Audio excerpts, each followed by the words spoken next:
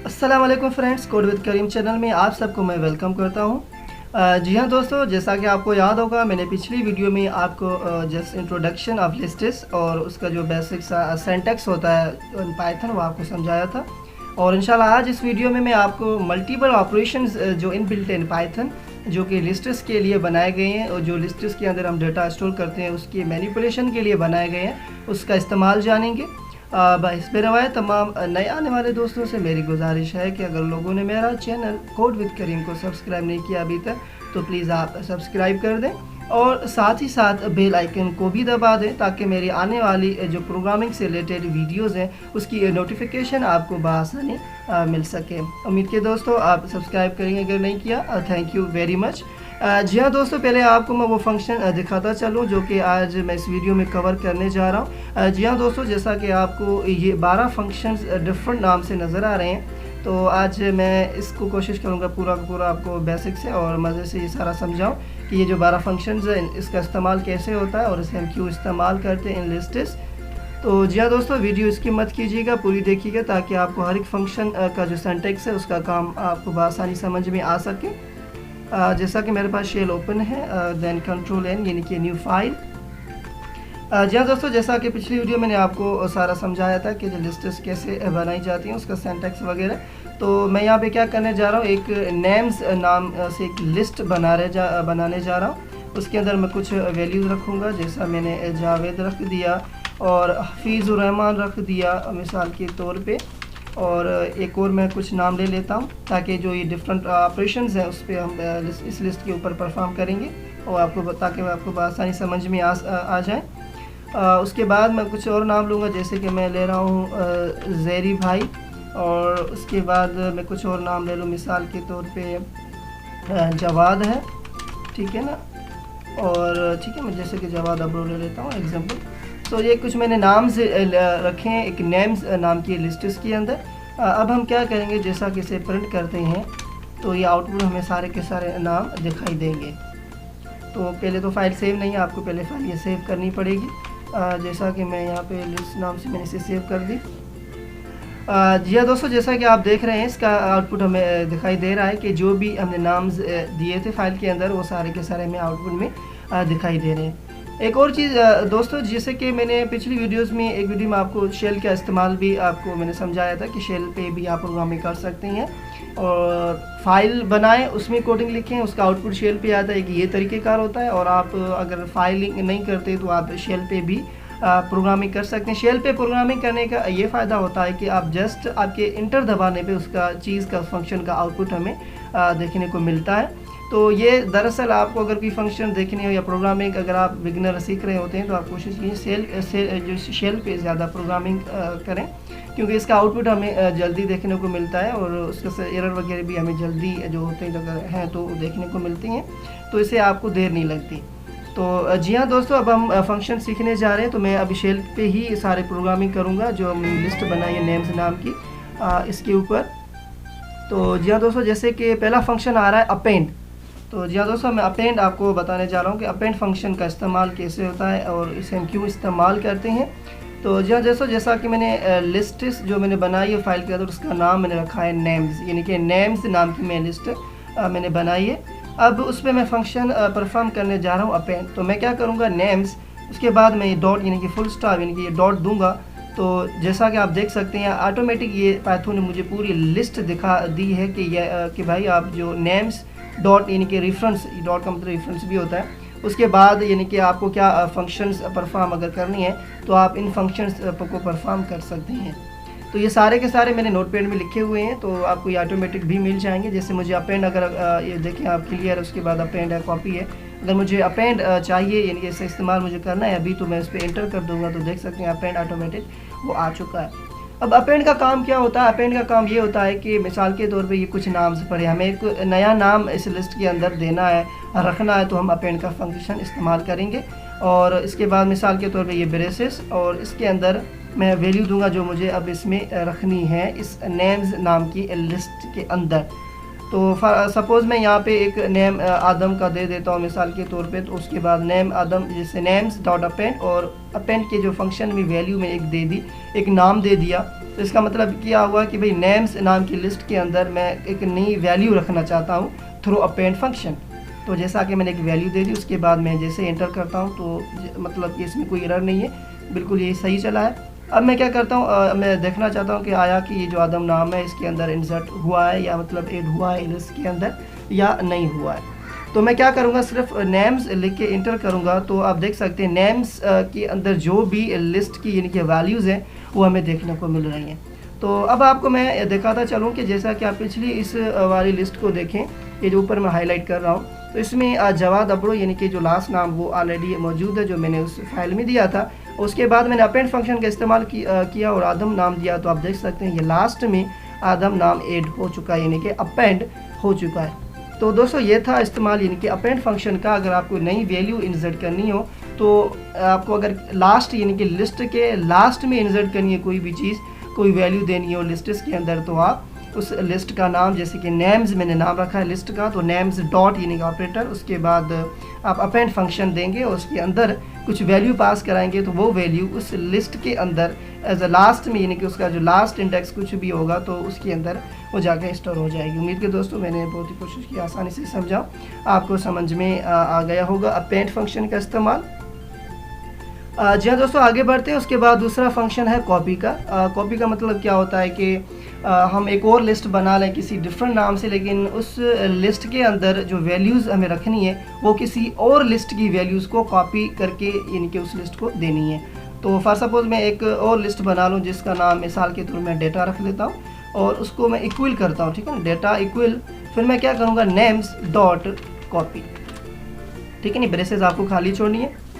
मैंने किया क्या है कि एक डेटा नाम की मैं लिस्ट बनाने जा रहा हूँ, उसके अंदर जो वैल्यूज़ मैं रखूँगा वो नेम्स लिस्ट जो हमने ऑलरेडी बना दी है उसकी जो सारी वैल्यूज़ है यानी कि उसका कॉपी पूरा हम करके यानी पूरी उसकी कॉपी लेंगे, नेम्स नाम की जो लिस्ट का पूरा कॉपी बनाएंगे और उन सारी वैल्यूज़ को हम डेटा नाम की एक और लिस्ट बना दी उसके अंदर रख रहे हैं। यानी कि जस्ट जो भी अभी वैल्यूज़ नेम्स नाम के अंदर जो अभी वैल्यूज़ पड़ी हुई हैं, जो नाम्स पड़े हुए हैं, कुछ भी डेटा पड़ी हो, तो ये सारी कॉपी होके इस डेटा जो हम बना रहे हैं डेटा नाम की लिस्ट उसके अंदर सारी वैल्यूज़ चली जाएंगी, लेकिन उसके पास भी रहेंगी, उसके पास भी मतलब ऐसा कॉपी होके जाएंगी।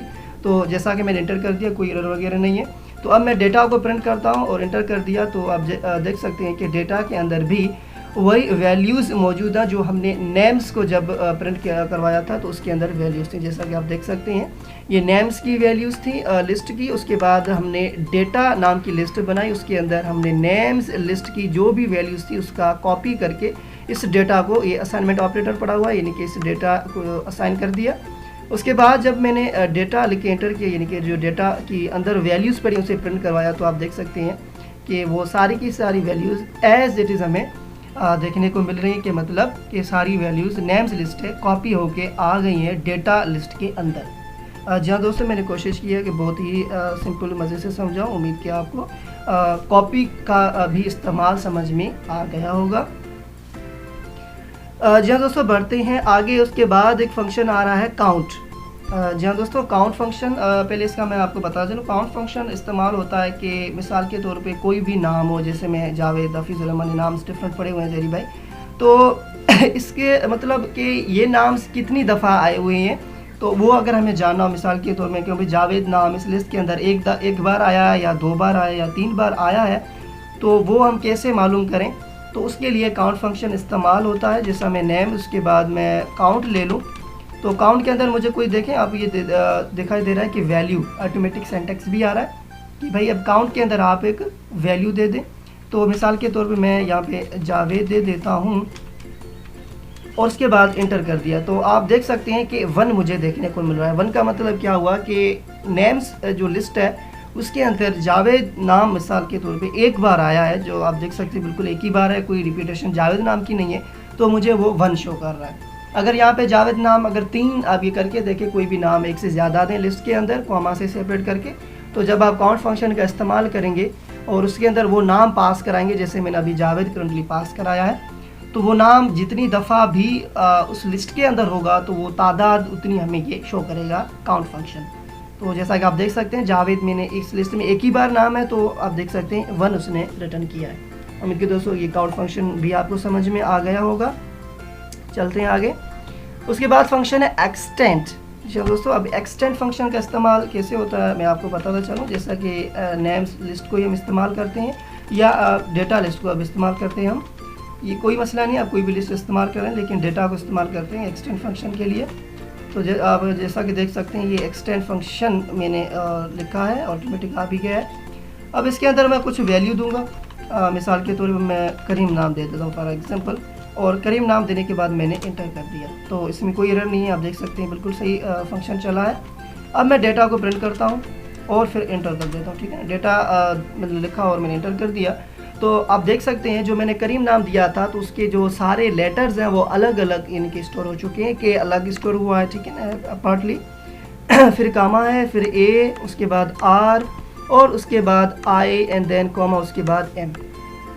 तो उम्मीद दोस्तों अब ये समझ में आपको आ गया होगा कि एक्सटेंड फंक्शन का मतलब क्या होता है, कि उसके अंदर आप कोई भी नाम कोई भी वैल्यू देते हैं इकट्ठी, तो वो क्या करता है उसके हर एक कैरेक्टर को अलग अलग प्रिंट करता है। यानी कि अगर यहाँ पे 1 2 3 4 आप नंबर भी दे देते तो 1 अलग हो जाता, 2 3 4 यानी कि एज ए सेपरेटली अलग अलग स्टोर हो जाते, यानी कि एक नई वैल्यू के तौर पे काउंट होते।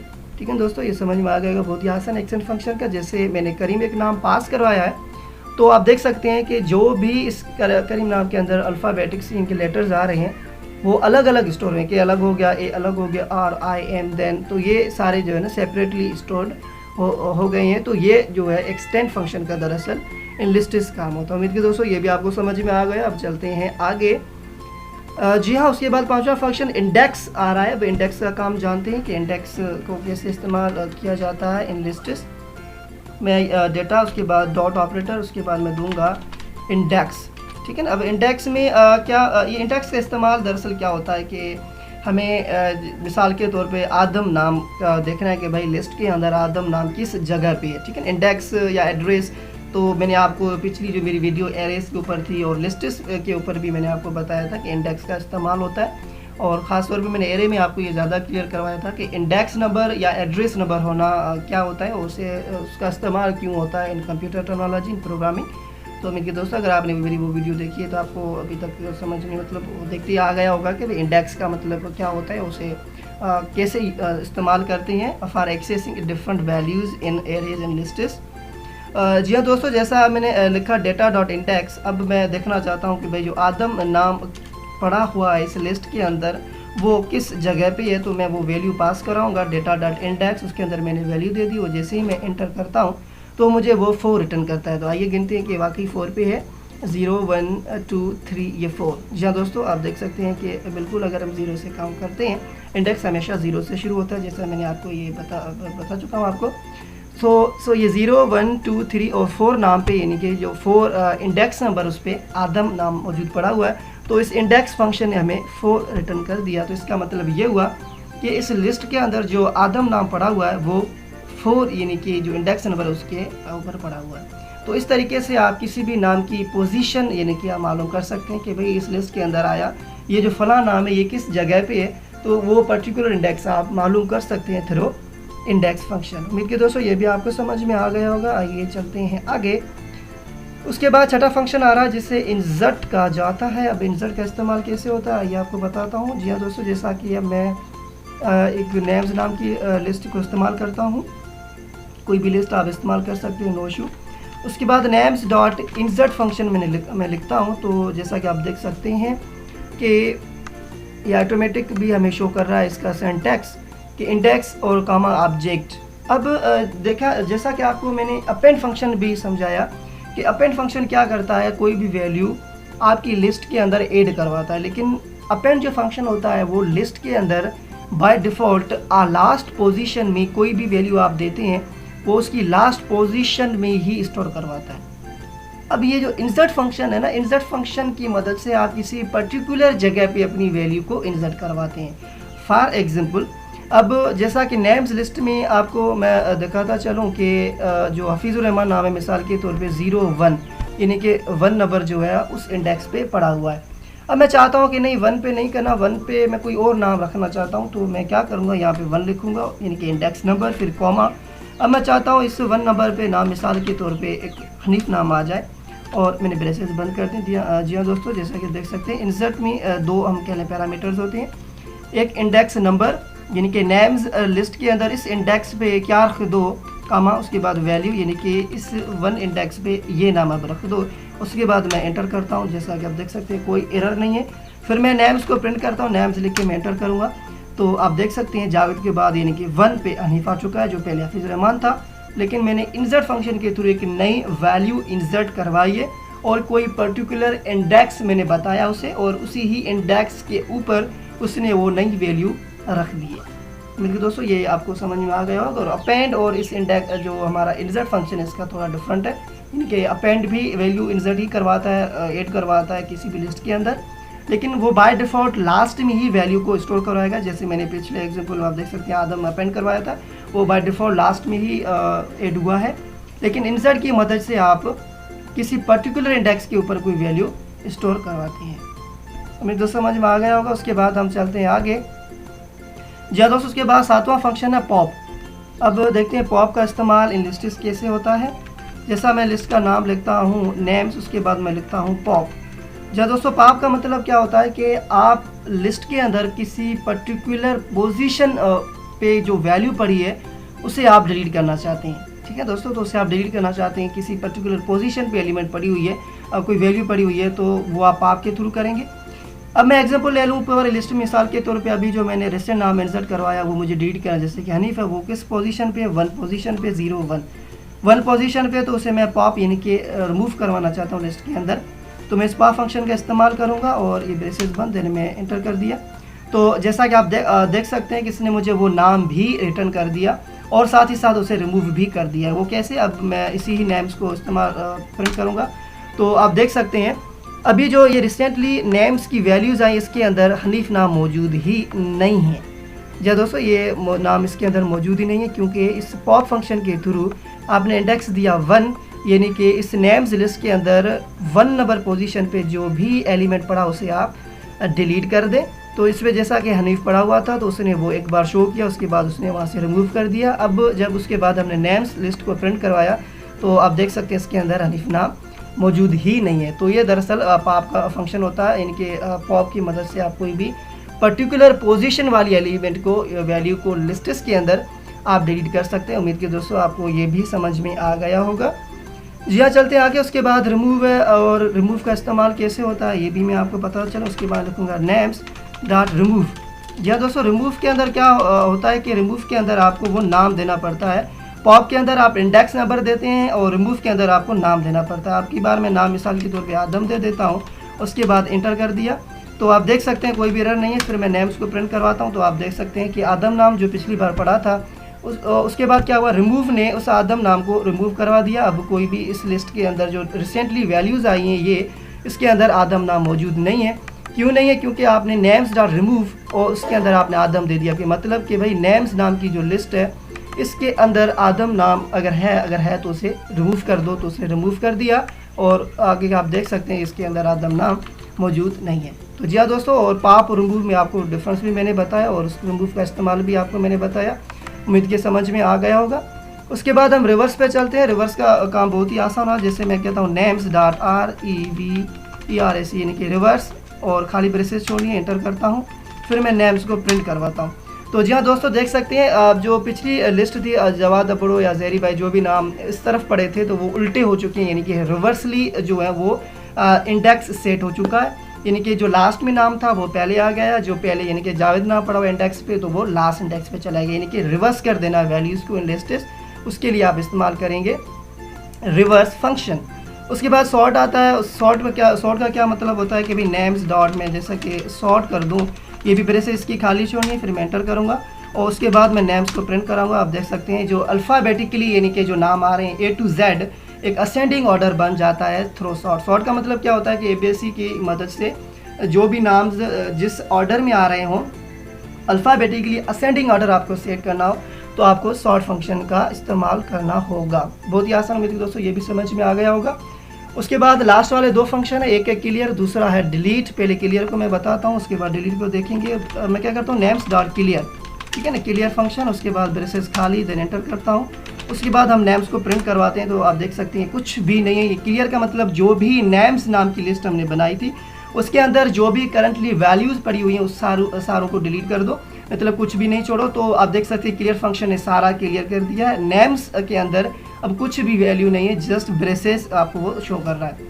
अब लास्ट में डिलीट फंक्शन था, उस डिलीट का इस्तेमाल जानते हैं। जी हाँ दोस्तों, जैसा कि आप देख सकते हैं मैं अभी नेम्स को प्रिंट कर रहा हूँ तो नेम्स लिस्ट मौजूद पड़ी है लेकिन उसके अंदर कुछ है नहीं, यानी कि क्लियर है। जस्ट क्या करवाया, उस लिस्ट को डिलीट नहीं किया, नेम्स नाम की जस्ट उस नेम्स नाम के अंदर जो वैल्यूज़ पड़ी हुई हैं उसे डिलीट करवाया। तो ये थोड़ा सा डिफरेंट है। अब मुझे मिसाल के तौर पे नेम्स नाम की पूरी ही लिस्ट को डिलीट करना है, यानी कि वैल्यूज़ तो डिलीट होंगी ही होंगी लेकिन नेम्स नाम की लिस्ट मुझे अब मेरे इस प्रोग्राम में चाहिए ही नहीं। तो मैं क्या करूँगा, डिलीट नेम्स ये लिख के एंटर कर दूंगा। देखें कोई एरर नहीं है। तो अब की बार में अगर मैं नेम्स लिखूँ तो आप देख सकते हैं कह रहा है कि error names is not defined. तो इसका मतलब क्या हुआ कि नेम्स नाम की जो लिस्ट मौजूद थी वो डिलीट फंक्शन ने सारी की सारी लिस्ट को ही डिलीट कर दिया। अब उसके बाद जब मैंने नेम्स लिखा तो देख रहा है कि नेम्स इज़ नॉट डिफाइंड, यानी कि एरर जनरेट कर रहा है कि भाई नेम्स नाम की कोई भी वेरिएबल या लिस्ट हमारे पास मौजूद नहीं है। जी हाँ दोस्तों, उम्मीद की मेरी ये वीडियो आपको पसंद आई होगी। मैंने सारे जो फंक्शन लिस्ट्स के अंदर जो 12 टोटल थे जो पाइथन इनबिल्ट थे और वो मैंने आपको समझाए और सारों का इस्तेमाल बहुत ही बेसिक से आपको समझाया। जी हाँ दोस्तों, अगर वीडियो आपको पसंद आई, आप वो सीखें तो प्लीज़ लाइक ज़रूर कीजिएगा। अगर आप लोगों ने अभी तक सब्सक्राइब नहीं किया तो प्लीज़ सब्सक्राइब कीजिएगा। इंशाल्लाह फिर नेक्स्ट वीडियो में मिलूंगा पाइथन प्रोग्रामिंग से ही रिलेटेड। तब तक के लिए अल्लाह हाफिज़।